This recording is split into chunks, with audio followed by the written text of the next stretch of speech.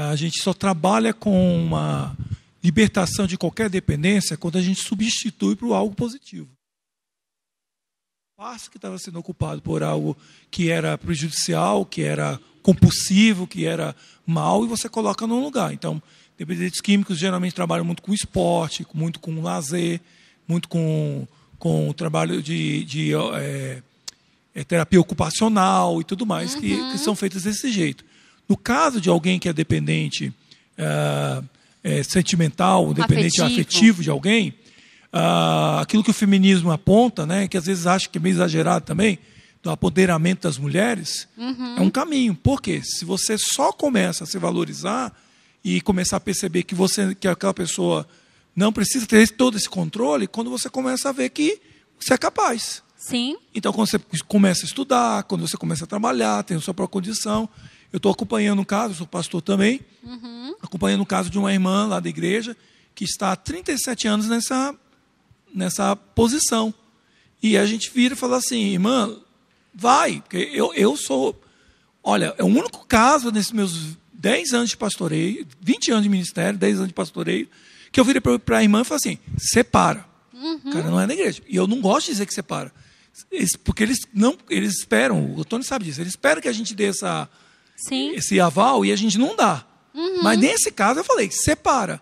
Mas como é que fala para uma mulher que tem 58 anos, 37 anos de dependência do marido, não tem aonde ficar, o marido falou assim, se você separar eu vou enrolar o resto da sua vida até a gente morrer para que essa casa não seja vendida, porque eu não vou dividir com você.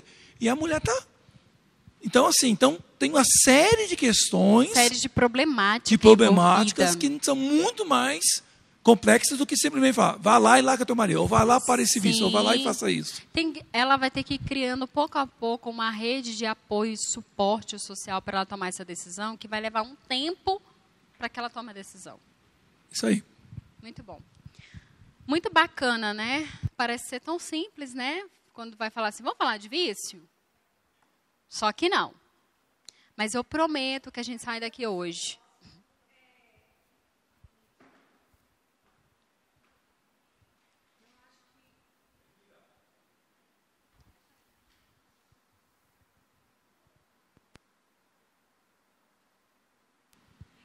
Eu acho que só do Wycliffe falar quem é essa pessoa, eu sei quem é. E sei quem é. E assim, convivi com essa pessoa há mais de 20 anos atrás. Quantos anos você convive, Wycliffe? 5? Eu já convivi com essa pessoa há mais de 20 anos. Né? E essa pessoa já vivia isso. E essa pessoa, em muitos momentos, não convivo com essa pessoa agora, mas quando ele fala, eu sei exatamente de quem já teve, e eu acho que tem essa rede de apoio, de suporte, de muitos âmbitos, e é alguém assim muito sofrida mesmo, já perdeu muita coisa na vida, já perdeu muitas pessoas. E ali, junto com esse marido que perdeu coisas e pessoas junto com ela, você pensa, não, agora ele vai, né, e vai entender o que é que ela está passando, e ele não vai, e ela também não vai. Né? E aí você vê pessoas que estão há 30 anos, 37 anos nessa dependência, mas você vê pessoas que estão entrando nessa dependência. E você fala assim, não, essa não vai ficar aos 30 anos. Mas se não tiver, né, vai ficar nos mesmos 30 e poucos anos. Porque tem a parcela mesmo da aceitação de compromisso, da mudança da própria pessoa, né? Tem, assim, a parcela que é social e que é do próprio indivíduo na mudança. O suporte social, ele é fundamental, mas ele não é resolutivo. Como o próprio nome diz, é suporte. E muita gente fica na negação. Diz que reconhece, mas no íntimo está negando. Né? E a negação é o pior problema, assim. Porque quando eu não entro em contato, quando eu não quero, de fato, bater o martelo e dizer, de fato, é um problema, não vou investir recursos emocionais e psicológicos na mudança. E tem um contexto paralelo, como o Wycliffe falou. A pessoa tem que conseguir fazer uma troca, assim, sair desse lugar e ir para um outro que não seja a dependência. Mas o que é minha vida sem isso aqui?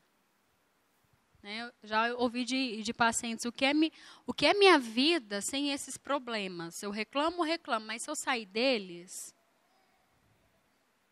Porque foram tantos anos envolvida que foi a vida em torno disso que já não sabe viver em torno de outra coisa, ou assim, viver, não sabe o que é viver. Né? E acontece muito mulheres que nem sabem, e homens também que nem sabem que tem dependência afetiva, fica viúva, aí procura um parente para cuidar, repete o padrão em outra pessoa. E a gente fala, nossa, mas a vida de fulano é sofrida. Mas até a gente ficar lá falando que a vida de fulano é sofrida, é como se psicologicamente falando, a pessoa precisasse daquilo, porque a única coisa que ela aprendeu na vida é que ela é guerreira. Para ser guerreira, eu tenho que estar numa vida sofrida. Se eu sair da vida sofrida, eu não sou mais guerreira. A única coisa boa na minha vida é ser guerreira. Entendeu? Como é complexo? Tem muito a ver também mães altamente superprotetoras. Existe uma sociedade que reforça um padrão invasivo e superprotetor das mães. Se você não for superprotetora, você não é mãe, você é fria, você é negligente. Existe, não ama seu filho, uma série de coisas. E o capitalismo vai e aproveita, né, essa fase, as mudanças culturais, porque isso é comportamento de controle cultural.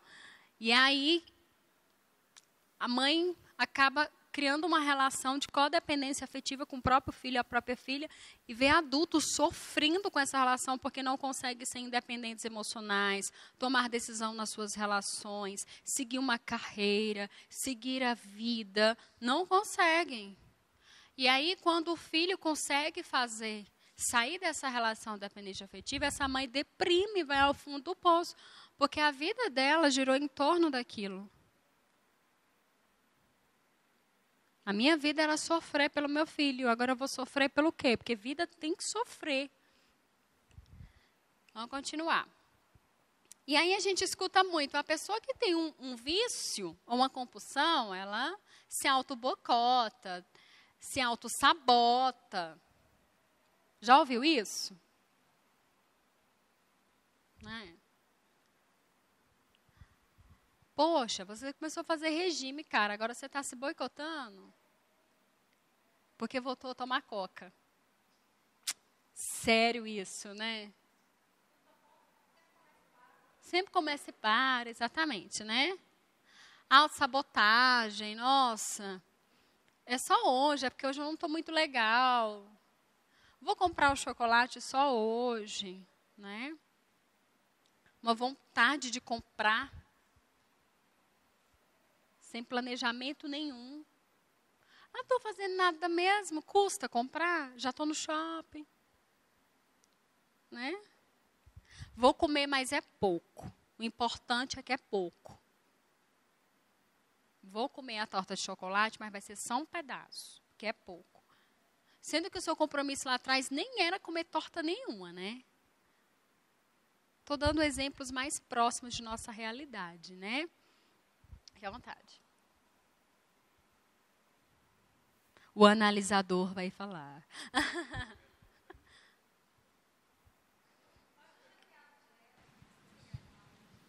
Deixa eu ver aqui.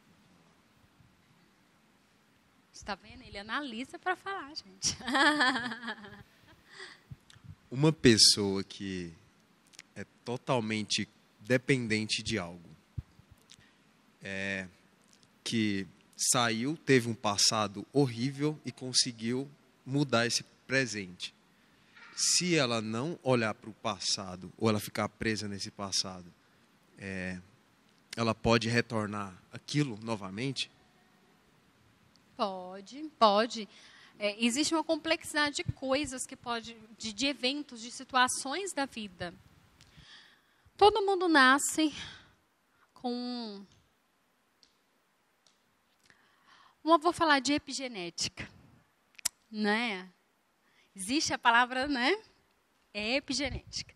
Epigenética nós nascemos com uma predisposição a ter uma patologia e uma psicopatologia na vida. Todo mundo.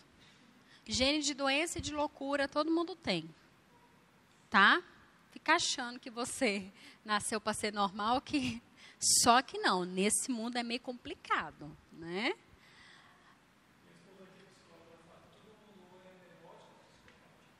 Tipo isso. É tipo isso, mais ou menos por aí. E o que acontece? O nosso contexto histórico, que a gente passa na nossa vida, as nossas experiências, as nossas experiências é que vão ser o determinante, não é nossa genética. Ter um transtorno ansioso, e aí transtorno ansioso pode ser fobia, síndrome do pânico, estresse pós-traumático, compulsão alimentar, compulsão sexual, enfim. Cada transtorno tem suas ramificações. É a história de vida, são as nossas experiências, o que nós passamos é que vai dizer se você vai ter aquela cardiopatia ou não, se você vai ter transtorno ABC ou não. No entanto, a epigenética é uma esperança, eu digo isso, porque literalmente é uma esperança de que a gente possa reverter esse quadro e a gente não desenvolver isso. E vai depender muito da forma como nós lidamos com a nossa história de vida. Vai depender muito da forma que nós lidamos com o nosso passado. Entendeu? Vai depender, na verdade, de como nós lidamos com tudo à nossa volta. A gente chega lá. Essa não é uma pergunta que dá para te responder assim numa sentada. Fique à vontade.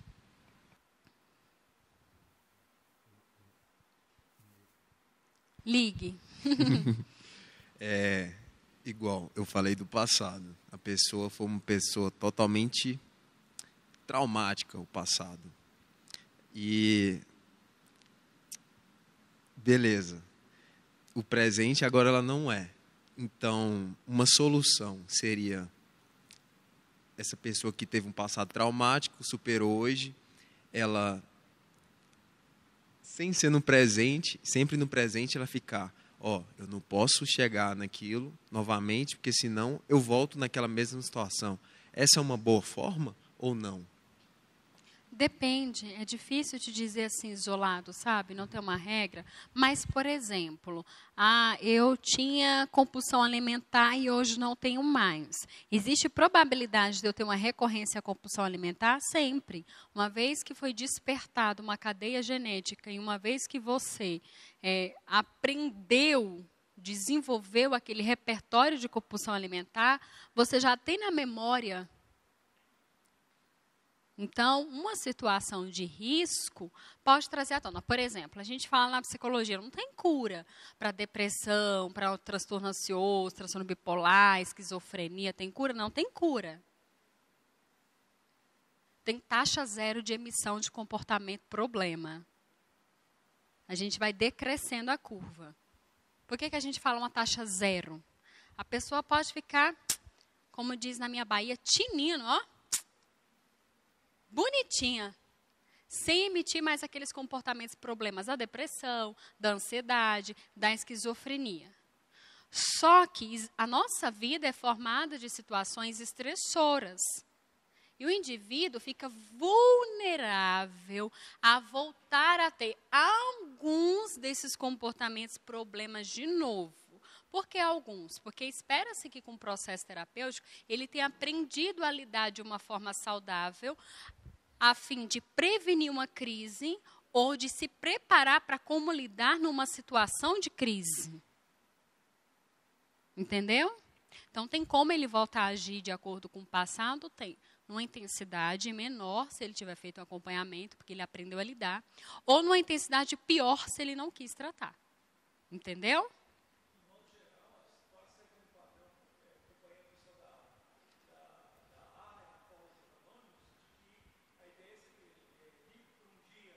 Isso. Isso.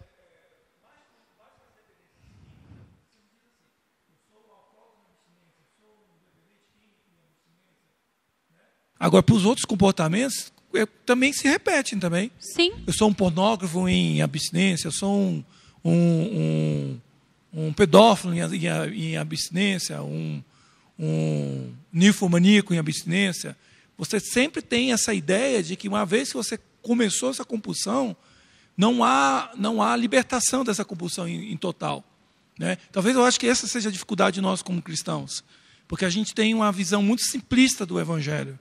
A gente tem uma visão muito de que a pessoa converteu e ela vai largar tudo de uma vez. E que se ela não largar tudo de uma vez, então ela não se converteu. Jesus não trabalhou nela.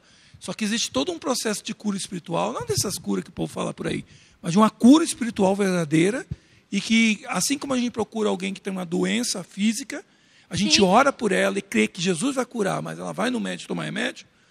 Nas compulsões, elas precisam de terapia e tratamento, até psiquiátrico, se for o caso. Exatamente. Você sabia que, às vezes, o próprio comportamento do cristão pode dificultar numa vida de qualidade, na saúde mental, por ser cristão, Abinilza, não, pela forma de enfrentamento. Porque, às vezes, ele está tão preocupado com a cura que ele desconsidera o processo de mudança e qualidade de vida. Ele fica focado na cura, na cura. E aí, só existe, na verdade, uma metodologia. A gente tem um sistema nervoso central perfeito. Ele não foca em duas coisas, é uma só. Ou você investe recursos emocionais, psicológicos, cognitivos e comportamentais para a mudança, ou você investe na sua expectativa, na sua fantasia, na sua utopia. Tá? Eu acho que também um ponto interessante Sim. é começar a trabalhar aquela questão de analisar quais são os gatilhos que te levam àquilo.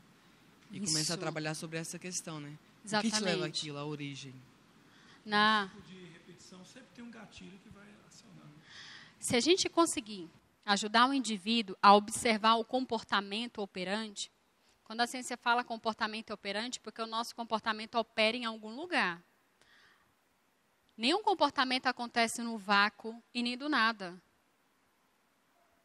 Eu sou assim, não sei porquê. Eu nasci assim. Não, nós não nascemos. Nós não nascemos. Nós nascemos com um aparato, né? Nós nascemos com um terreno muito fértil, cheio de nutrientes, bem preparadinho, uma gracinha. Até nascer, né? E aí, o que nós precisamos é começar a observar. Por exemplo, se eu tiver 10 pessoas lá no consultório, ou lá no hospital, lá na Pax, onde eu estou hoje, né? Se a gente tiver 10 pessoas com compulsão por jogos, o tipo de compulsão vai mudar muito de indivíduo para indivíduo. Os gatilhos vão mudar muito. Entende? E o contexto escasso de reforçadores muda muito de um para outro. E eu vou explicar para vocês. Quando a gente está falando de dependência, a gente está falando de um ciclo de repetição que tem função de sobrevivência. Olha só. Você está me dizendo, Abinilza, que depender tem uma função de sobreviver? Sim. É a estratégia que o indivíduo achou, na sua imaturidade emocional, cognitiva, enfim, de sobreviver. Por isso que é muito complicado quando a gente quer arrancar o vício da pessoa, assim, a gente quer tirar. Não, o que a gente vai colocar no lugar, né? Uma das minhas primeiras atuações em psicologia foi em consultório de rua na saúde pública, numa cidade interior. Gente, alguém conhece o projeto do SUS, consultório de rua? É magnífico, magnífico mesmo. É assim, vai atender na rua, onde o indivíduo está lá sofrendo, vai na casa. É uma política voltada para o tratamento de dependência química. E a gente precisa ir até o dependente químico, considerando que ele não vai, mesmo o dependente químico assim, bem mais resolvido, ele não vai procurar aquela regulação complicada do SUS para fazer tratamento. Porque assim, na primeira regulação ele desiste, porque a gente, sem dependência nenhuma, a gente, quando faz um cadastro para esperar alguma coisa no SUS, como é que a gente fica? Animado? É uma papelada, é uma burocracia, não é verdade? Então, são muitos dificultadores para quem já tem um problema grave, que é a dependência química. E com a minha supervisora, uma excelente profissional, a gente ia no campo. E na cidade interior, assim, as pessoas geralmente não ficam nas ruas. Em casa mesmo, em condições precárias, e a gente via lá, bater a porta. Gente, era cada situação, assim, precária, muito precária.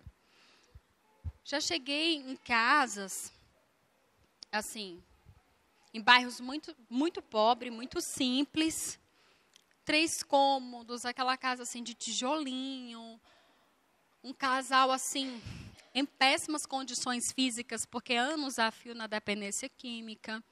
Uma cama que, na verdade, era 4 latas de tinta, assim, cheias de cimento, uma tábua, um colchão de solteiro para os 2 dormirem. O fogão era aquela coisa improvisada mesmo, carvão, lata, sabe? Churrasqueirinha improvisada, que a gente brinca em acampamento, né? Coisas assim. E, assim, avaliando, esse era um dos casos. A gente avaliando, e assim, se você diz para essa pessoa, olha, você precisa parar de usar drogas, ela sabe. Não tem novidade nenhuma para o dependente químico que ele precisa parar de usar. Então, essa estratégia não é a melhor. Você fala, você sabia que você precisa? Porque todos sabem, tá, gente? E aí eles não vão querer ouvir, porque você está repetindo um discurso que ele repete para si mesmo e que... Aí o que acontece? A gente vai avaliando e aí foi fazendo sentido. Tudo que, assim, para mim, a ciência foi fazendo mais sentido quando ela diz assim, que as pessoas que entram na dependência química, ela tem uma escassez. Vem de histórias familiares difíceis, vem de histórias socioeconômicas difíceis, pessoas que tiveram poucas oportunidades para trabalhar, em função da cor mesmo, né? Você está me falando que a pessoa tem dificuldade de conseguir emprego porque é negra? Sim, estou falando, e tem sim. Tá? A gente está em pleno século XXI e ainda é assim. Tá? Ou, às vezes a gente acha não, que isso já acabou, né? Só que não. Ou porque é filho do fulano, que é traficante, a cidade é desse tamanho, não quer dar emprego para aquela pessoa. O buraco é mais embaixo. São sistemas, né, públicos que precisam ser repensados. Eu fiquei me perguntando, e aí, o que a gente oferece? A gente vai falar assim, olha, porque tem um preparo antes de mandar a pessoa para a internação. Eu falo para esse casal, vamos parar? Vocês querem mesmo? Não, a gente quer. Ok. Eles se decidiram a parar de usar. O que eu ofereço? A BNews, ofereço o Evangelho da Cruz. Tá? Gente, eu estou falando de coisas assim, palpáveis no dia a dia para que eles consigam sobreviver. Entendeu? Seria assim, tem expressão evangelho sólido? Seria assim, sabe? Metodologia, estratégia. Não tinha o que comer. Qual era o sistema ou órgão que ia garantir que eles iam ter comida todos os dias? Quem naquela altura do campeonato ia dar um emprego? tinha nem sabonete para tomar banho. Entendeu como é complexo? Aí você fala assim, não, você precisa mudar de vida. Tem uma estrutura muito maior do que a gente pensa para auxiliar. E aí tem que ser um grupo mesmo, uma igreja vai lá, acompanha, né, faz um compromisso. Mas entende que é muito difícil a gente querer arrancar a dependência, que a gente não arranca de ninguém. Ó, vem cá, tal, muda. O que a gente coloca? É mais complicado do que a dependência afetiva, porque, assim, da gente, né, ajudar a lidar. Então, para eles estavam conseguindo sobreviver através da droga mesmo. Tiravam eles da realidade dura e difícil que tinham. E dava a pouca sensação boa que eles tinham da vida, vinham da droga. Entendeu? Ok, vamos passar, gente. Não precisa dormir, não. Compreendendo. Repertório de fuga e esquiva é o padrão de comportamento do dependente, daquele que tem compulsão. Por que padrão de fuga e esquiva? Na compulsão, na dependência, no ato de jogar repetidamente, no ato de fazer qualquer coisa autodestrutiva repetidamente. Nossa, mas jogar videogame não é autodestrutivo, depende da quantidade de horas que você fica jogando e do que você abre mão para jogar. Como muitos casos que eu acompanho, de ficar sem comer, de ficar sem tomar banho, de abrir mão da interação social. São das perguntas que os alunos mais perguntam, né? Quando está virando vício? Quando você deixa de fazer determinadas coisas que é essencial para você e você está trocando para alimentar esse vício. Quando tem perda. Tem alguma perda? Pronto. Já tem prejuízo, já tem compulsão, já tem dependência. Tá? Então, na tentativa de entrar em contato com situações agradáveis, isso só acontece, gente, dependência, ela só acontece quando o indivíduo se vê em um contexto que não é favorável a ele. E aí, para aliviar essa dor, essa angústia, ele vai buscar alguma coisa que seja favorável. E que seja de fácil acesso, o efeito seja de curto prazo, o benefício venha logo. E aí, é comendo, é comprando sapato, é jogando, né? E aí, o indivíduo, ele está fugindo e esquivando, ele está querendo evitar o risco. Já viu aquela frase assim, estou decepcionada com as pessoas, eu optei, não tenho mais amigos. Relação de irmão na igreja, irmão, graças, paz, amém, vou embora. Não tem essa mais de ninguém almoçar na minha casa. Não tem essa mais de amigo, porque assim, eu cansei. Cansei de ser besta, já ouviu isso? Cansei de quebrar a cara e acho que assim é melhor. Cada um do seu quadrado. Na verdade, isso é uma fala de fuga e esquiva de alguém que já sofreu muito nas relações, nas interações pessoais. Que, no entanto, optou de fugir e se esquivar da resolução do problema, porque ela é cara. Por que a resolução do problema é cara? Envolve disposição emocional. Saber que vai correr esse risco de novo.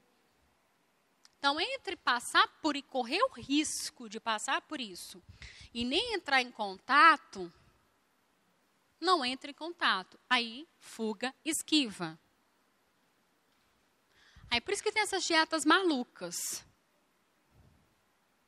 Se eu não posso comer meu chocolate, também, minha filha, dieta detox agora. Super detox. Entendeu? Mas a pessoa, por fazer essa opção, muitas vezes ela sofre. Por exemplo, eu vou ficar na minha, eu não quero mais. Sempre sofre, né? Sempre sofre.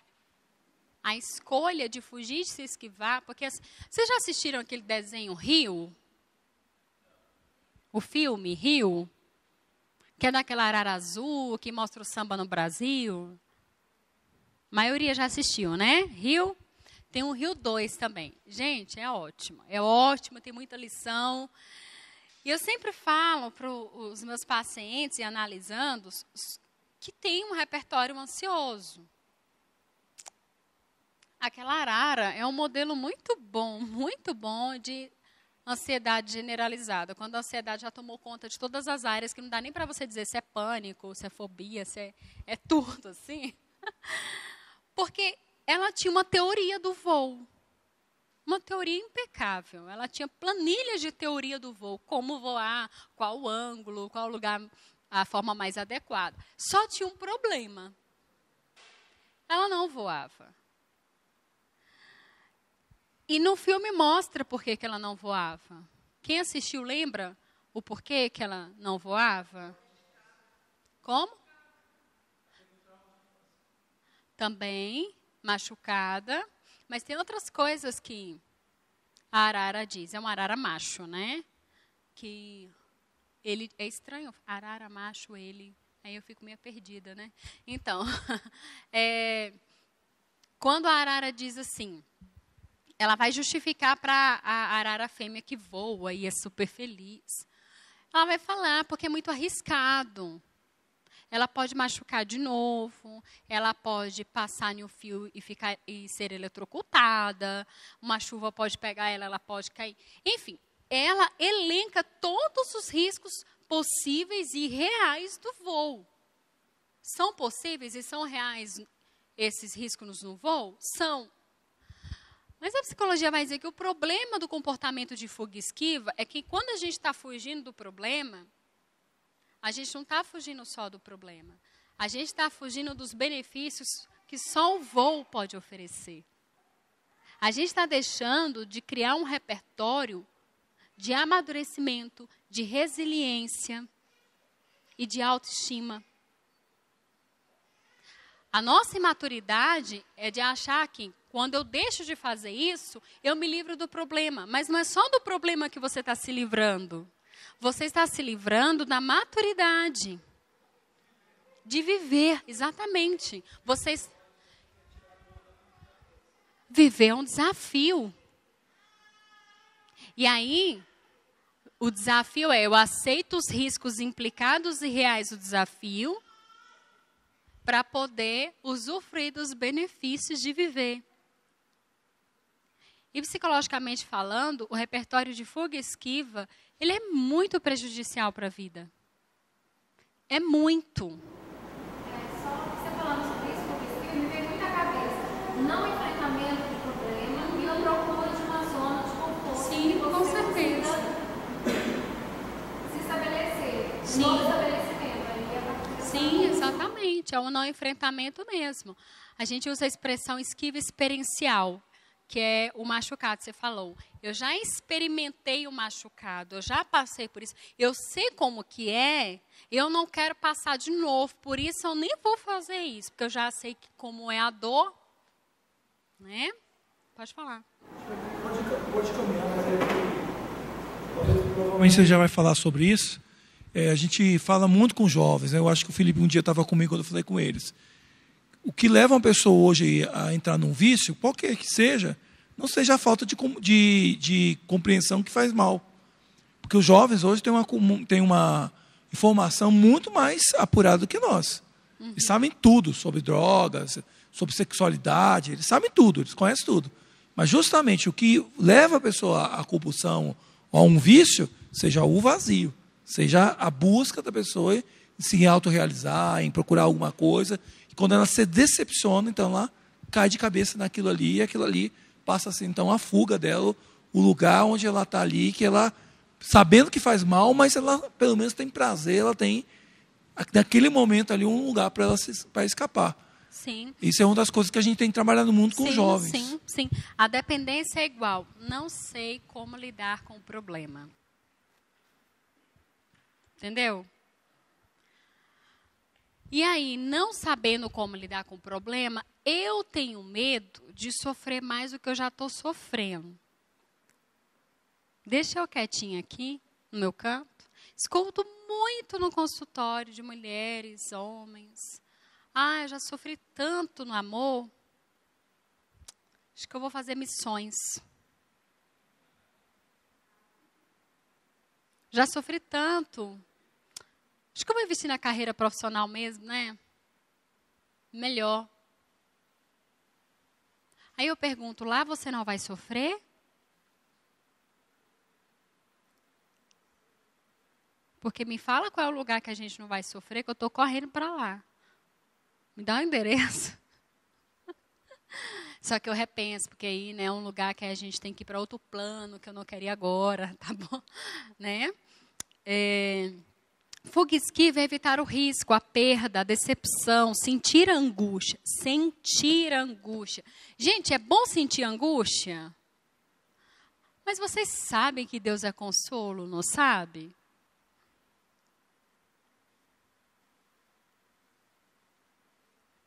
Por que não sentir a angústia?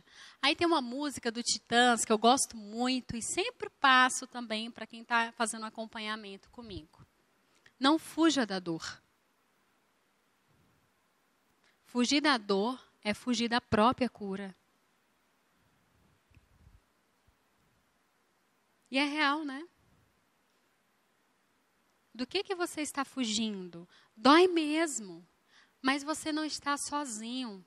E isso são palavras que podemos utilizar com alguém que nós identificamos algum tipo de dependência e compulsão. Dói. É ruim mesmo. Nossa, não consigo imaginar. A dor é do outro, tá? Não é sua, então você não sabe de nada. Não consigo imaginar a sua dor.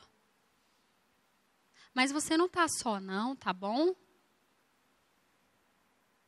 Do que você precisa? O nosso problema é que a gente fica... Menina, eu tenho um tio que quando ele falou, vou parar de fumar, parou. Porque você não tenta. Ou então a gente fala assim, isso aí é um vazio que precisa ser preenchido. Ou seja, a gente é intrusivo demais. A gente é muito intrusivo.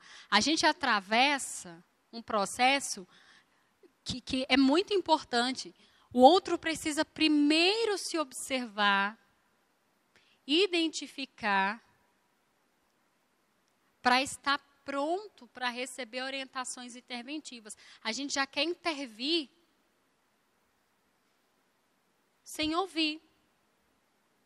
E eu vejo isso nos consultórios mesmo. Eu falo, doutor, e aí, o que eu faço? Eu falei, eu não sei.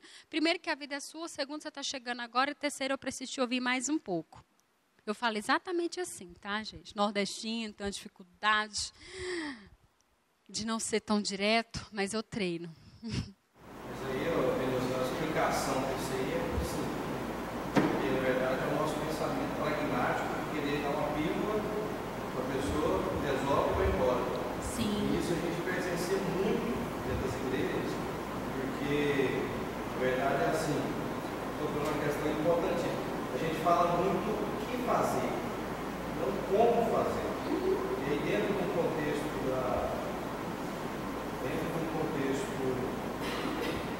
Dentro do contexto da escola, eu fico pensando assim, a gente chega lá, se depara com pessoas em situações de vício, compulsão, enfim, e a gente é tendencioso nas nossas demandas de fora a querer dar uma pílula, e geralmente essa pílula é assim, ó, luta contra o problema. Sim. Mas pelo que a gente está conversando aí, não é uma questão dela ficar dando murro no problema, é dele analisar, tentar entender onde que está a dor.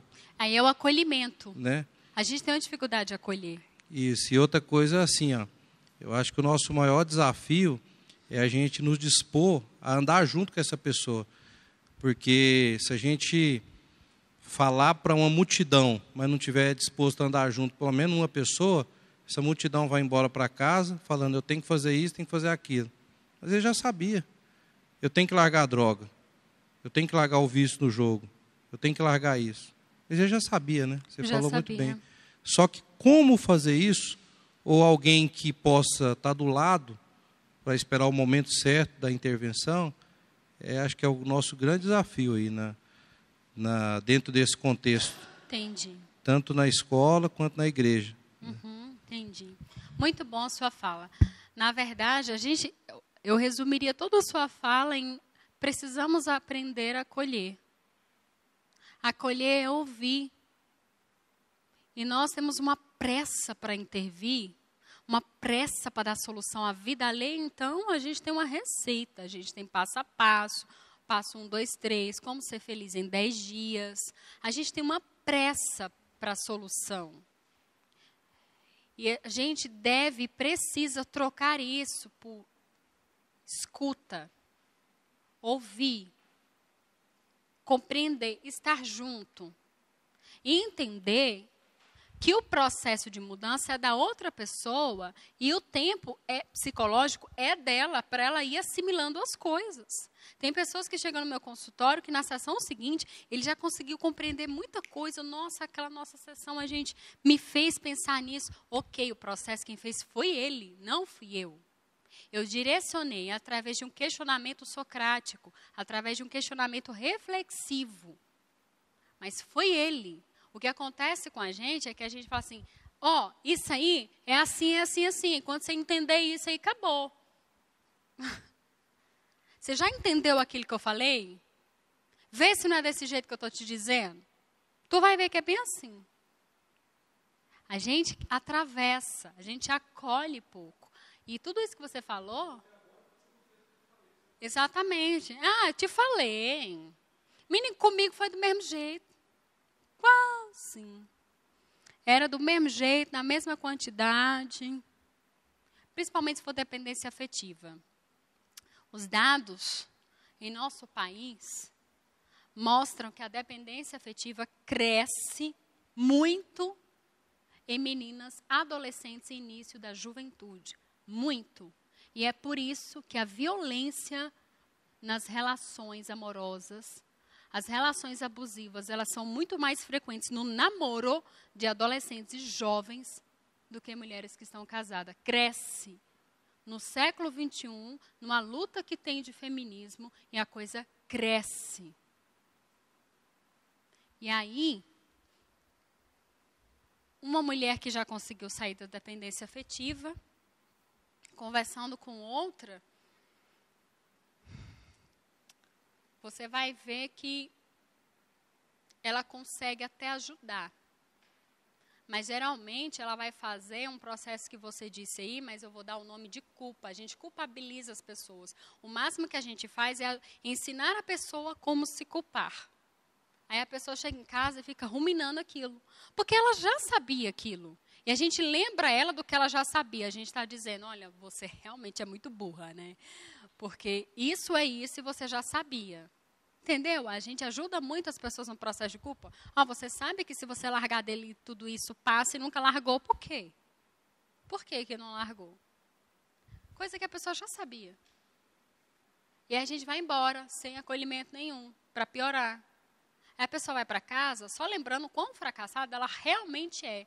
Ou seja, não é só, eu achava que era fracassada e hoje, depois daquilo que o irmão me falou, eu tenho certeza. Entendeu? Porque a gente acolhe pouco. Mas, geralmente, uma mulher dependente afetiva com outra mulher dependente afetiva, isso acontece com homens também, mas eu tenho muito mais exemplos de mulheres no consultório, e por isso que eu estou trazendo, eu achei interessante. Não, menina, comigo era bem assim, igualzinho, eu fiz assim. E se você não fizer assim, não adianta. Sabe, a gente atravessa, e é da cultura brasileira, a gente atravessa as pessoas. Nossa, não estou com a dor na costela. Vou te falar nada. Minha costela é arrombada, né? Arrebentada. Isso aqui é Deus que cuida. Isso a outra que era para ouvir. Entendeu? Você fala, menina, eu estou num cansaço, num calor. Aí o outro que era para ouvir, não te conto nada, minha pressão subiu. E a gente vai comparando a dor. Ou querendo falar que a dor é maior que a dor do outro, para ele poder sustentar. Isso. E outras coisas simples assim, nossa, eu tenho gastrite. É bem isso. É bem essas coisas, né? Nossa, eu tenho gastrite. O outro fala assim, menino, bom para gastrite, sabe o que é?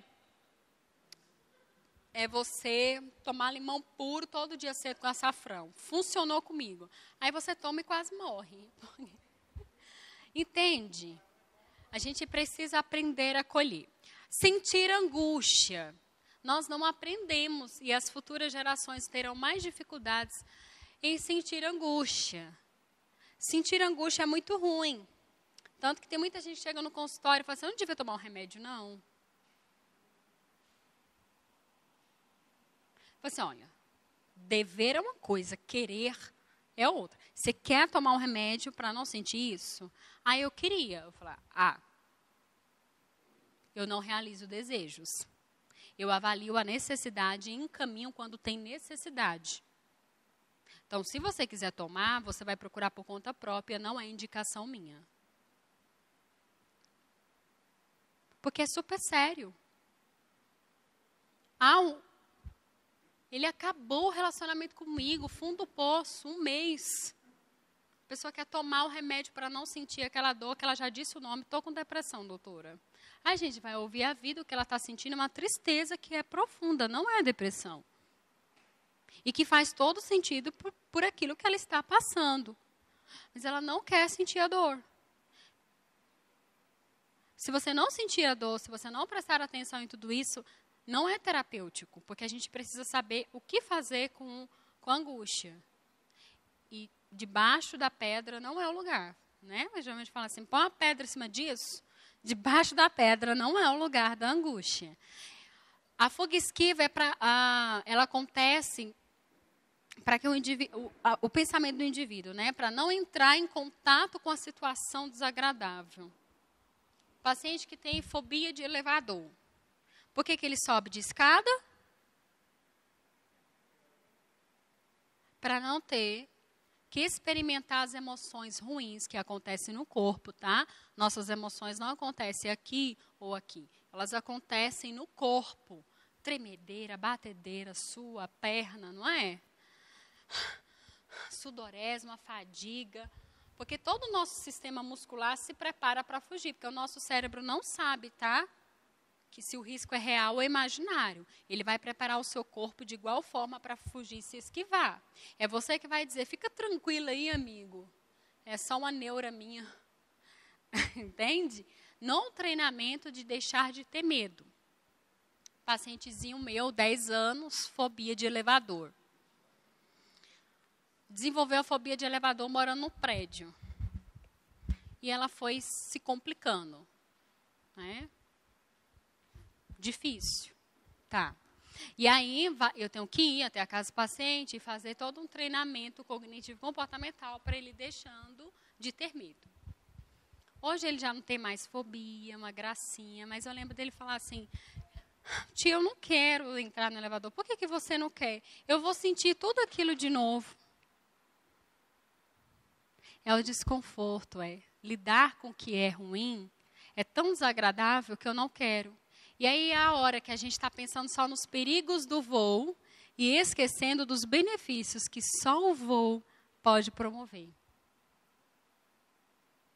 E aí, como ele tinha um sonho profissional que ia fazer, assim, no mínimo, né? Sonho de trabalhar para a NASA. Então, olha, se você não sobe no elevador na NASA, não é possível. Não, tia, pelo amor de Deus, eu tenho que ir para a NASA. Então, vamos primeiro para o elevador, que depois você consegue ter forças para ir para a NASA. Então, vou finalizar, gente. Tentar finalizar aqui. Então, a busca de algo que tire de uma situação e forneça uma sensação de alívio. Aí é que entra o vício.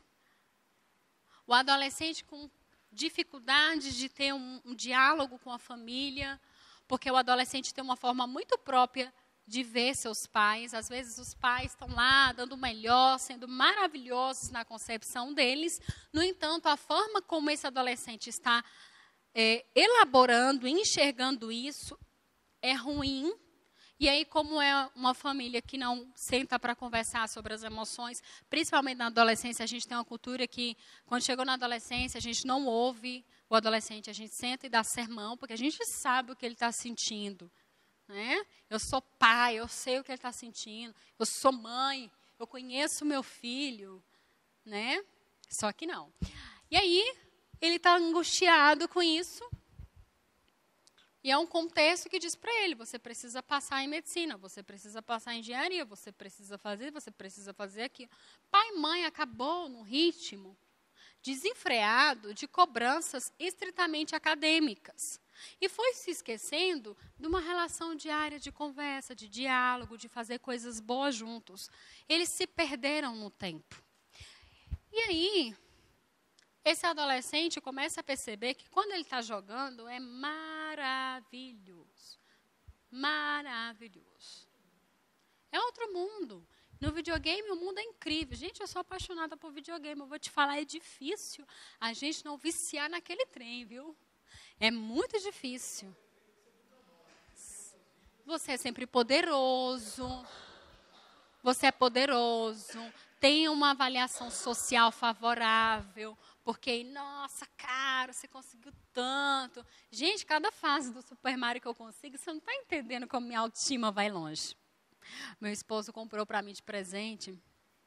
Esqueci o nome, mas é um controle de game que encaixa no celular. Amo meu marido, agora eu amo muito mais, é claro. Caixa, aquilo. Eu tenho que brincar antes dos pacientezinhos chegar, porque senão vira uma coisa, né? Pacientezinhos de todos os tamanhos que eu tenho que gosta do game, né? E aí, na hora assim que... Na escolha dos reforçadores, quando eles escolhem os games, eita, que é muito de bom para mim, gente. E a gente faz é um negócio incrível, assim. E o Mário vai crescendo, porque ele vai tendo, né?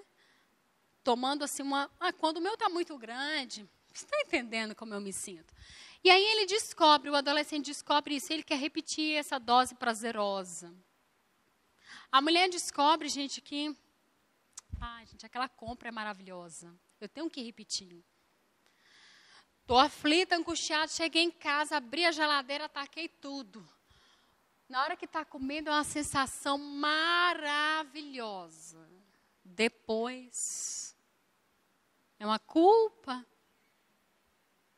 Na hora que está lá naquele relacionamento, que ele está trocando flores, mandando mensagem, que você é a mulher da vida dele, que por isso que ele brigou com seu amigo, porque ele não quer que ninguém toque na menina dos olhos dele, você se sente a rainha.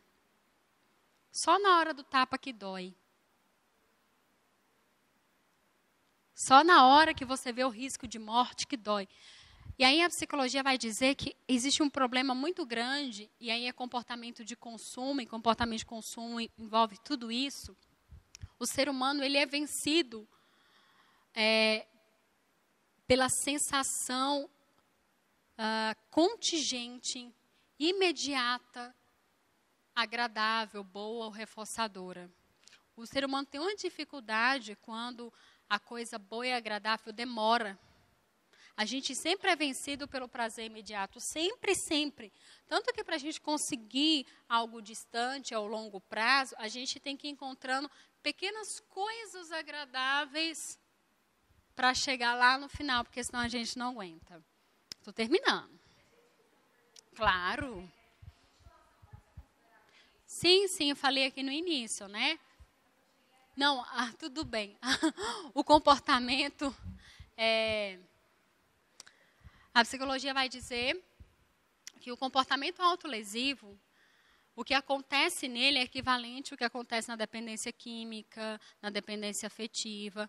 O indivíduo encontra naquela sensação, mesmo que altamente dolorosa, uma forma de, por um momento, desligar aqueles pensamentos ruins e desagradáveis. E aí, aquela situação, por ser a única situação que consegue silenciar as outras situações que ele acha dolorosa, ela passa a ser agradável emocionalmente. E cérebro, meu bem, ele vicia com qualquer coisa, literalmente. A sensação de alívio, exatamente. Sim. Tem alguma correlação, por exemplo, com a pessoa se sentiu no suicídio? Total, né? A gente fala que é a janelinha. Só que nem todo mundo que se mutila com essa função. Mas um indivíduo com plena sanidade mental, equilíbrio emocional, ele nunca vai se prejudicar. Uma das primeiras escolas que a gente fez, o Escola da Vida, que foi em 2014, a gente teve caso de uma menina que ela tinha 12 anos e ela se mutilava. Ela cortava e só usava blusa de frio para tampar, então ninguém na escola sabia que ela estava se cortando. Aí quando foi descobrir que o pai da menina era alcoólatra, batia na mãe, a mãe era super assim, e a menina começou a envolver com a mulher de 30 anos num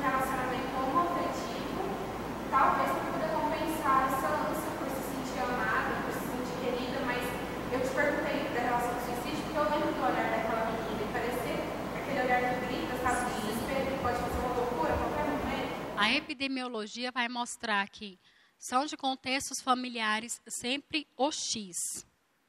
E quando a gente está falando um contexto familiar hostil, não necessariamente vai ser uma família, vai ter aquelas famílias assim que visivelmente a gente olha, nossa, que família desequilibrada. Mas vai ter aquelas famílias que visivelmente a gente não vê um desequilíbrio, mas há um desequilíbrio emocional na comunicação, na interação, a ausência de afeto ou a incoerência de afeto.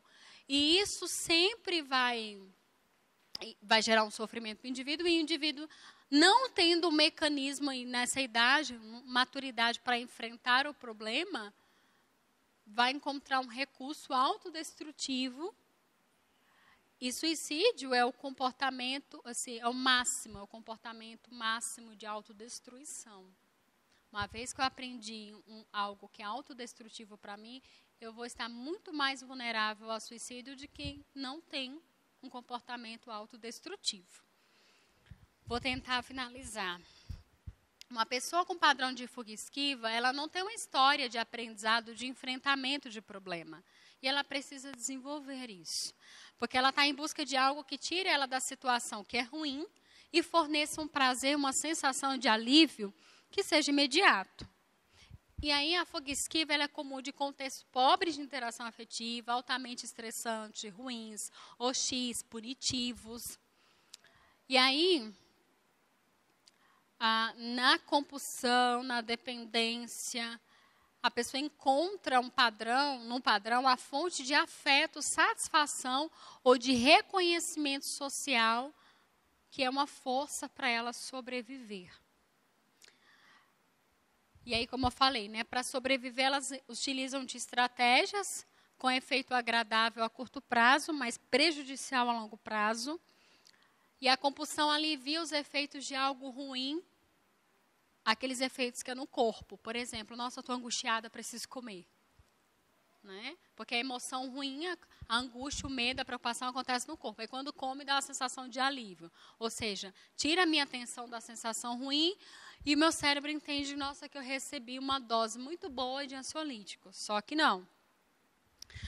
Repetindo o padrão, mesmo reconhecendo ser autodestrutivo, o indivíduo pode ficar no comportamento autodestrutivo. E a gente tem que ajudar através do acolhimento, e ele precisa do acolhimento, e um treino, onde a gente vai nesse lado a lado, caminhando junto, e também no processo psicoterapêutico, ajudar o indivíduo a aceitar as dificuldades implicadas nesse comportamento, e ajudar ele a buscar novas estratégias de enfrentamento. O caso da mulher que você trouxe é alguém que tem dificuldade em aceitar as dificuldades implicadas. Nega. Né? É melhor nem falar sobre isso. Deixa isso para lá, vai ser sempre assim. E a gente vai questionando a pessoa de uma forma reflexiva para ela reavaliar. Ajudar a pessoa a reconhecer que os esforços que ela está utilizando para acabar o problema, eles são inefetivos. Resolver um problema custa caro emocionalmente falando? Custa. Mas pode ser muito mais simples, e é mais simples, do que a compulsão alimentar, do que a compulsão por jogos, do que a compulsão por substâncias. E aí, não só a droga ilícita, mas eu tenho muitos casos de pessoas que utilizam relaxantes para dormir. É um Dorflex hoje, amanhã, depois também, um dia sim, o outro também. É só um remedinho para aliviar isso, para aquilo, né? E compulsão de tanta coisa, né? Repetindo o padrão, porque o indivíduo, na sua história de vida, nossa, tem um errinho aqui, ele aprendeu a encontrar satisfação daquela forma. E a gente precisa ajudar ele a aprender a encontrar não outro padrão. Cuidado, tá? Às vezes a gente trocar uma dependência por outra, achando que está fazendo uma coisa boa. Como você falou no início, mas a gente tem que ter um cuidado. Nossa, eu era usuário de droga, agora eu sou atleta. Ok, que atleta você é? Porque você pode estar trocando uma compulsão por outra. E aí vai ser tão problemática quanto a outra. É autodestrutivo quanto a outra. Porque aí você vai treinar além do que o seu corpo suporta, além do que o seu corpo precisa. Você passa a girar em torno de outra coisa que aparentemente é saudável e socialmente valorizado. O problema é que a nossa atenção social não é tão equilibrada como deveria. Porque a gente, nossa, você viu tantas horas que fulano malhou. Ninguém sabe a dor daquele corpo. Tem um texto muito massa do Rubens Alves, que é Coitado do Corpo. E ele fala sobre isso, é muito bacana. Identificar do que o indivíduo está se esquivando. Antes da gente pensar em gatilho, a gente tem que ajudar esse indivíduo a identificar do que ele está se esquivando. Aí é que está o problema. Do que é que ele está esquivando, do que é que ele está fugindo, do que é que ele não está querendo entrar em contato. Eu sei que está comigo, mas só para completar, isso acontece muito com as pessoas quando eles tentam fugir do vício e acabam transformando, por exemplo, na questão religiosa também no vício. Exatamente. Ela vai para a religião, ela vai para a igreja, está na igreja, orar, ler a Bíblia, não como algo que liberta, mas como algo que substitui. Sim. E acaba ela entrando em uma compulsão nesse sentido. Muita gente se decepciona muito com a igreja porque coloca a expectativa que a igreja vai salvar, que a religião vai modificar. Isso não acontece. Vira uma fuga do mesmo jeito. É uma pessoa que fica o dia todo na igreja, ela nem tem vida social. Nem com Deus, às vezes, né? A psicologia. A igreja na frente de Deus.